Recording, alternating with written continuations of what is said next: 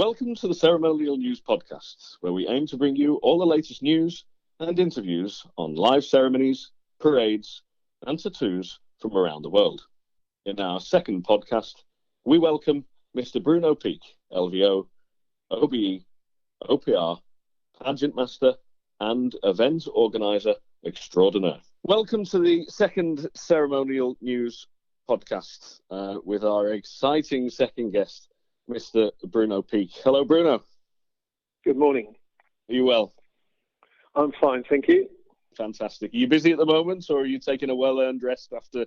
No, we've now closed down, all of the plans for VE Day and VJ Day, and now working hard on NHS Social Care and Frontline Workers Day, which is going to take place on the 5th of July next year throughout the UK, Channel Islands, Isle of Man.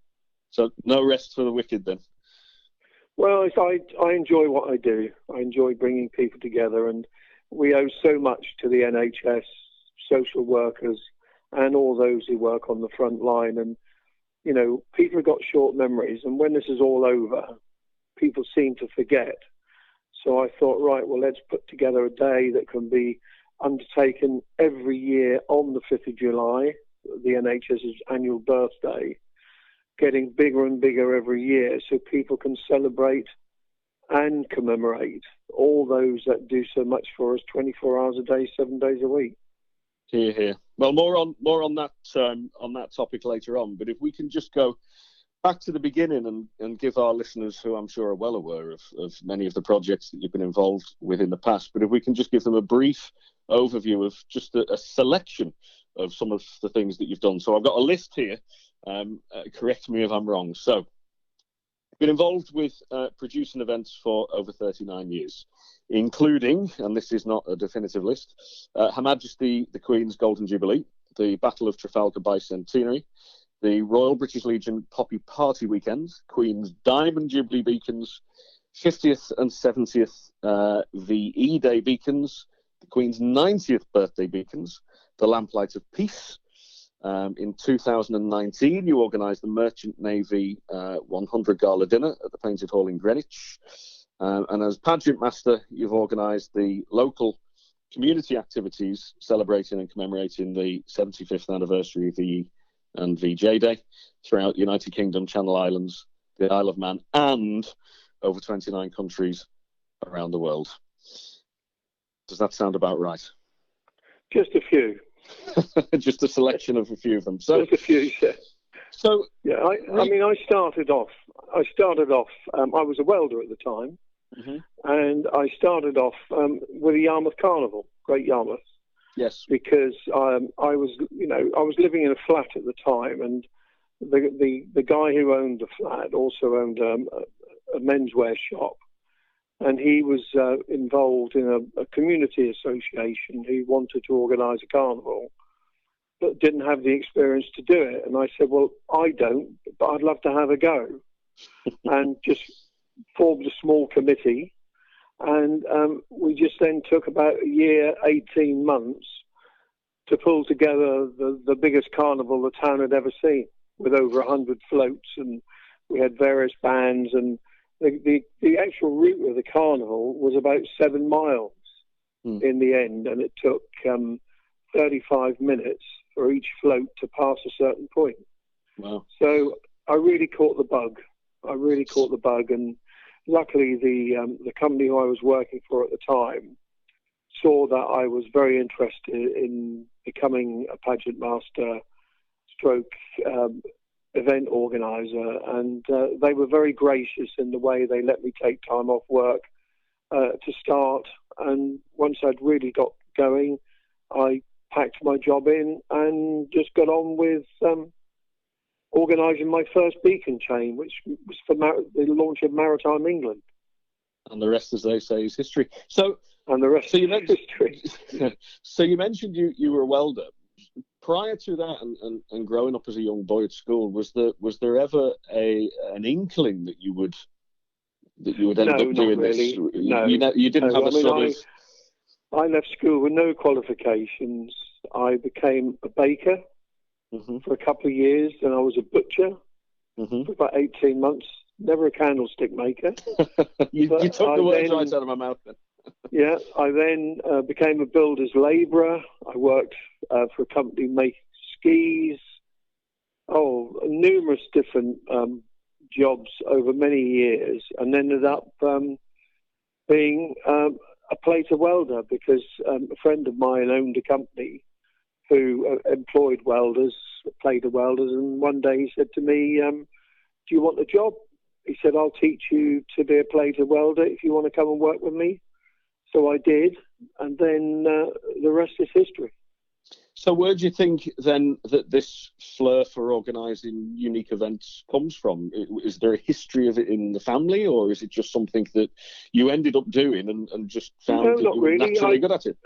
I'm going to say something now which I truly believe. I believe that God has given me a gift. I really believe. I'm not saying suddenly there was this great ray of light. You know, there was just something inside of me came up. Because I was in a rock band for 3 years as well. Although I've not mentioned that in my CV. I was in a pop band. I was lead vocalist, a band called Train. And is there I was lead vocal. We travelled all over Europe.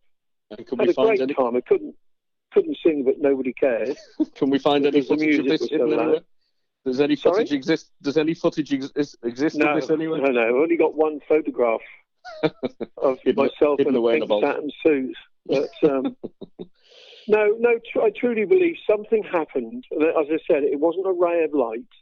You know, something happened that gave me a great yearning to bring people together of all walks of life.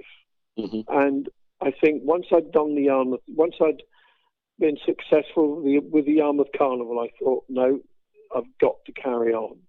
You know, I've been given a gift here, and I've got to use it. And you know, and that's how I've worked, you know, for the last 38 years, because it's so fulfilling when, you know, you're sitting there in an office and you're coordinating something which has never happened before, or something that's involving thousands of people around, not just the country, but in other countries around the world. And then you see it come to fruition. And sometimes when it comes to fruition, it only lasts for about 3 or 4 hours. So you can spend 18 months on organising something that will only last for 3 or 4 hours. Yeah. But, you know, it's given me so much pleasure and given lots of other people interest and pleasure around the world. You know, it's the bringing of people together at one moment in time, which is the most fulfilling for me. So you went from welder, which is a very noble profession. That's a great job, yeah. To pageant master, which is quite a leap, quite a change of career, and quite a grand and fabulous job title as well. Is there a history behind that title? Were there any predecessors? There is a history of pageant masters. Pageant masters have been around for many hundreds of years. They normally worked for royalty or high society, where they were employed as a figurehead to organise ceremonial events. But I sort of broke the mould on that one because, as I said, I left school with no qualifications, came from a very humble background, and just wanted to do it and do it well, and wanted to be a pageant master that would one day be known as doing some amazing things for other people. And a fabulous job you've made of it as well. So looking back at your career and looking through the CV that you sent to me, which I have to say, we're going to put your CV on our social media pages. It's quite the most beautifully put together CV that I think I've ever seen. But one of the things that stands out is that you have had a penchant in the past for using fire, flame, and beacons. So where did the idea of the beacon initially come from? The inspiration of beacons came from the Queen's Silver Jubilee. I remember we had a street party for the Queen's Silver Jubilee, and I saw the beacons being lit for that. And that's what gave me the great inspiration, because I saw and what I did is I did a lot of research on it, and completely out of the blue was contacted by a guy called Frank Kitchen, who came from, I think it was Brighton, and he'd also researched the history of beacons, because people think that beacons were just, on high hilltops, and they weren't. There was a very sophisticated chain of beacons around the coastline of England, where they used to have these tall poles with metal baskets on the top, and they were filled with pitch and tar and straw. And during the summer, the county used to employ watchers. They were basically peasants, and they would sit next to the beacon, and they would watch for the beacon, what they could see miles away, waiting for that to be lit. And some of them were in sequences of 3. And when they saw an invasion coming, they used to light the beacons. The beacons were never lit at night. A lot of people think that the history of beacons is at night. They weren't, because if you can imagine back in 1588, when the Spanish Armada was sighted off the English coast, it wouldn't have been sighted at night time, because we didn't have lights in those days. There were only candles. So they were never lit at night. They were only lit during the day. So when I organised my first chain of beacons to launch Maritime England, I organised a chain of beacons around the coastline of England, and they were large bonfires then. This was before, I spoke to Frank Kitchen. He told me about these other types of beacons. And the first one was lit in my hometown in Great Yarmouth. And it was lit by the current then Lord Nelson, who was a direct descendant of Horatio Nelson. Right. And as you know, Nelson was a Norfolk man, and that's why we said we'd had the first beacon lit by the current Lord Nelson of that time in Great Yarmouth on the beach. And that's where I learned from my first mistake. I had all the companies in Great Yarmouth that had pallets, and there was a company called Hopton Timber Mills. They provided the wood, and we built this massive bonfire on the beach, which was about 40, 50 foot high. And I got this company who provided searchlights. They came down, had searchlights on the beach, and we had a big event, dinner in the marina centre, and everybody came out on the beach. And Pusser's Rum, who used to supply the rum on the ships for the Navy, they sent down some rum tubs with people dressed up, as officers of the period. And we all sort of came out onto the beach, and Lord Nelson sort of lifted his glass of rum up and toasted, and then he lit the beacon, and everything was a great success. I went home that night, and I thought, blimey, how am I going to clear the mess up? I hadn't thought about the mess. So I suppose... Thank God, and I do thank God, that there was a high tide that night. So when I went down to the beach the following day, there was not a stitch of wood, nails, or anything. The water had come in and completely washed the beach clean. So I presume that could have been a very hard lesson. Well, I presume in the 39 years-ish that you've been doing it, and you're about to do it again next year for a really special event, which we'll talk about later on. The health and safety must have changed quite a lot in that time. Oh yeah, I mean, health and safety now has gone completely mad. Mm. A lot of it is common sense, but you have to adhere to it. So, whenever we encourage people to light beacons, you still have to provide them with the information of what they need to do in relation to health and safety and, public liability insurance and all that sort of thing. But again, you see, it's building a team of people around you who've got those facilities that you can encourage people to use. Mm-hmm. Well, I live right on the coast on the Wirral Peninsula, so for the next event, I'm sure we can come up with something down here. That'd be great. So, with such a varied list of events that you've run in the past or been involved with in the past, where does the inspiration come from? Where do you have your best ideas? Do you lock yourself in a room somewhere and not let yourself out until you've had the best idea? No, they just come to me. Mm-hmm. No, they just come to me. If I'm watching a program, or if I hear about something, or someone says to me, "Would you do something?" I then think about it. But a lot of inspiration just comes. It's amazing. That's why I said I believe I've been given a gift, and that's why I try and use it as much as I can. And sometimes I surprise myself, and I don't mind admitting that. Where do they get that idea from? But they just come, and then I just think, well, do I think it's going to work? And sometimes, there's a lot of opposition. People say, "Oh, that'll never work," or "It's going to cause this problem or cause that problem." And I'm a great believer in saying, look, if you want it to happen, it'll happen. If you don't want it to happen, there'll be so many excuses why it won't happen. So if I believe in something, I'll just carry on and go for it. And thank God, to date, I've never had a failure.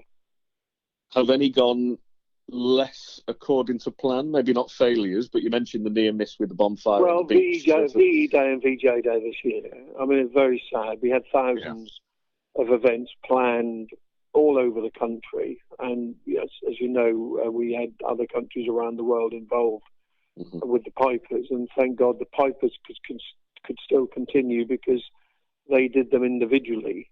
Yeah. But I was disappointed that we couldn't do what we wanted to do or do what we planned for VE Day or VJ Day this year in the style and the enormity of what had been planned. Yeah, but I think that's life. There's nothing we can do about that. But maybe to take a positive from that, and it was disappointing for us all to see that many things couldn't go ahead. But it was nice to see that even without somebody like yourself behind the public, they still got involved, and it was still marked. And I walked down my street, and people had bunting out, and people had candles lit in the windows of an evening. So it was still nice to see that the great British public, even without a driving force behind them, did the right thing. Yeah, my wife and myself had to celebrate on our own at home, which was quite amazing, really. And it was quite funny, really, because a few days beforehand, I had this photographer who came from the Press Association. Press Association photographer turned up at the house because, we covered the house in bunting and flags and everything. And he came and just, wanted to take some photographs of the house and all that sort of thing. And my wife said to me, she said, well, let's put a couple of flags around the neck of Wilson, our dog. And as soon as the photographer turned up, he said to me, Bruno, he said, you've lost this one. The dog's going to be the star of the show.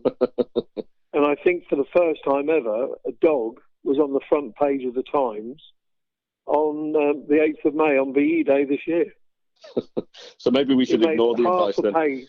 Yeah, right down the whole page, there was our dog Wilson, with bunting round his neck, and I never got a look in.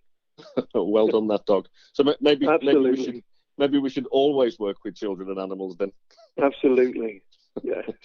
Are there any events that you've been involved with in the past that particularly stand out, or any groups of people that you've dealt with that stand out in your mind? Yeah, my wedding to my wife. Well, there we go. Yeah, no, seriously. We've been married 6 years this year, and congratulations. Her Majesty the Queen was gracious enough to make me a lieutenant of the Royal Victorian Order, which is a personal gift of the monarch. And because of that, we were able to get married in the Queen's Chapel of the Savoy, which is in London. It's got nothing to do with the Savoy Hotel. Yes. Yeah. It's the chapel of the Knights and members of the Royal Victorian Order. And we got married in that chapel. And it was just an amazing experience, because what we did is we had all our friends and family arrive the day before. They stayed the night in London, and we had a lot of fun that night. And then we got married early afternoon. Then we had coaches take us to the railway station. We hired 4 carriages, first-class carriages on the train, and took us back to Norwich. And we had a party in the 4 carriages, coming back to Great Yarmouth. And then we put a marquee up in the garden and had another party when we got home. How fabulous. Now, I must that ask. was an event I had to organise and not make a mistake. I was just going to say, who did the organising for that one? Was that you, your wife, or was it a joint? No, I did. She said, "It's down to you, darling." So, no, seriously, no. She's been a great supporter, and it was an amazing day, and we had so many people from all walks of life attend. Some very gracious people turned up, and it was so nice to have it in such a historical location as well. But in other aspects, I've been so blessed. There's been so many special moments that I've been able to experience through what I've done. And I would say one of the most dramatic was the Queen's Diamond Jubilee, when I escorted Her Majesty the Queen onto the stage during the concert. Gary Barlow organised that big concert with all the different stars, who took part. We're all standing there, and I escorted Her Majesty onto the stage, and there was the Prince of Wales one side, Her Majesty in the middle of me on the other side. And when you stand next to your monarch and you've got hundreds of thousands of people singing the national anthem, it's quite a humbling moment. It doesn't get better than that. And I'll never forget. Something I'll never forget. So on that theme then, a lot of your events do involve armed services, and they do have sort of national pride at their heart. Where does that come from? Were you brought up to be a patriotic young boy? No. It's just that I've always loved the ceremonial aspect of our country, and nobody does it better. There's no country in the world that does ceremonial as well as what we do. We have that sort of finesse of being able to do it. Our soldiers don't look like chocolate soldiers. They look like real soldiers, where other countries, and I've got to be careful how I say this, they don't look as grand as what our regiments do. And I used to be in the Army Cadets when I was a young kid, and that taught me a lot of discipline in relation to the armed forces, because in those days they were very strict. You didn't have these problems. If you turned up and your boots weren't shiny, you'd be scrubbing the toilets with a toothbrush. And you couldn't go home and go crying to your mum like you can these days. And someone would be up before the beak, saying you can't do that, as humiliating somebody. It taught me a lot of respect, and it taught me a lot of discipline. Not that I've used it all the time, but do you still have very shiny shoes? Oh, I clean my. And this is true. My wife and her family own 2 hotels, and my wife runs one of them. And I clean my wife's shoes every morning. First thing I do is I get up, I make a cup of tea, and clean Maura's shoes. I have a small 7-year-old little girl who never asks me to do anything, because Daddy never does anything right. Mummy always does her hair and gets her ready for school, and they're best friends. The only thing that she asks me to do is polish her shoes, and I'm quite proud of that. I like that. I used to love cleaning my boots when I was in the Army Cadets, because I used to be spit and polish, you see. Yeah. And if sometimes you used to have this sergeant major, and if he saw a blemish on your boot, he would put his boot on your toe cap, and you'd spend hours bulling his toe cap, and you'd have to take it all off again because he'd cracked the polish. So, no, and I quite enjoy doing it for her, actually, because, she's my wife and I love her.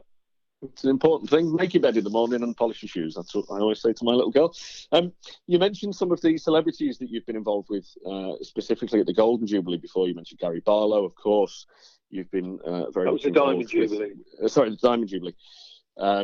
You've been very much involved with lots of members of the royal family. Are there any other famous names and celebrities that you've worked with that stick in your mind for one or other reason? Monty Panesar, who used to be a famous cricketer. Yeah. Roger Daltrey, he used to be lead singer with Roman. Well, I think he still is. Yeah, still going. Yeah, other television personalities that I've met and sort of done things with at different events. Boris Johnson, when he was mayor of London, he was at an event. I involved him in the Millennium Flame, because what we did is, after the Millennium, we kept the flame. What we did before the Millennium, about 9 months before the Millennium, we lit what we called the Millennium Flame in the Stadium of Light.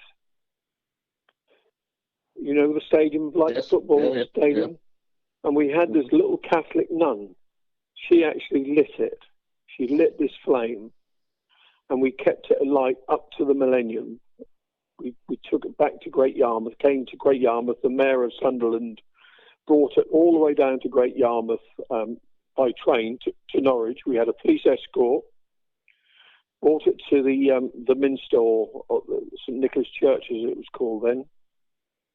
And they kept it alight in St Nicholas Church right up until a week before the Millennium.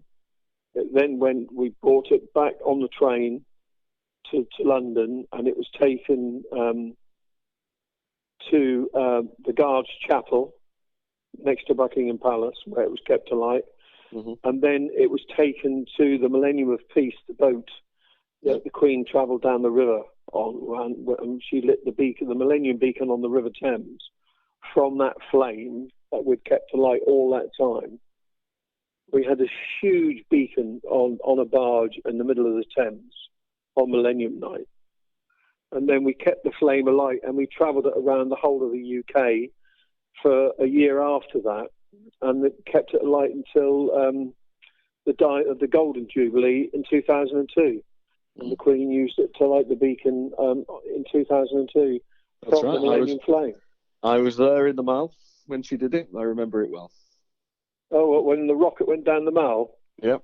Yeah, well, the night before, we did the dress rehearsal, and the rocket only went down halfway down the Mall. It was on a steel hawser. You know, it was on wheels on the steel hawser, up in the air. As you know, it just went whoosh. And, you know, certain person said to me, "Oh, Bruno, you've got to make sure this works tomorrow," because that was the day before the rehearsal. Well, the following day, it was just amazing. And it just went whoosh right down the Mall into that little hole, into the base of the beacon. And as I said, theoretically lit the beacon, but basically the gas man turned the gas on. Because there was a small sort of flame already alight that nobody could see. Yeah. And he turned the gas on, and the rest is history. And of course, that was the start of the iconic firework display as well. I remember it well. We stood in the Mall. We watched the concert, we watched the fireworks, and then we watched the parades the following day, and it was super. It was absolutely fantastic. So we've looked at some of the events that you've organised in the past. I know it's quite difficult at the moment, really, for us all to look forward in many respects. But what next? Where do we go from here? What's in the pipeline? What you mean, an event? What's bubbling away in your pageant master's mind at the moment? Is there anything that you can tell us about yet, or are they still under wraps and in the planning stages? Well, you know, what I don't want to do is I think I'll hold that. No, you're keeping our listeners in suspense. Yes, I am. Yeah, because they can always hear later. I just want to make sure that we get everything covered off as we're planning to do at the moment, and then launch it properly with you. That would be wonderful. There is this event which we want to do for, as I said, NHS Frontline and Services Day. And that's so important at the moment that we get this off the ground and make it steady, and so it can become an annual event on that day every year. But then my plan really is to then, God willing, is undertake the Queen's Platinum Jubilee beacons in June 2026.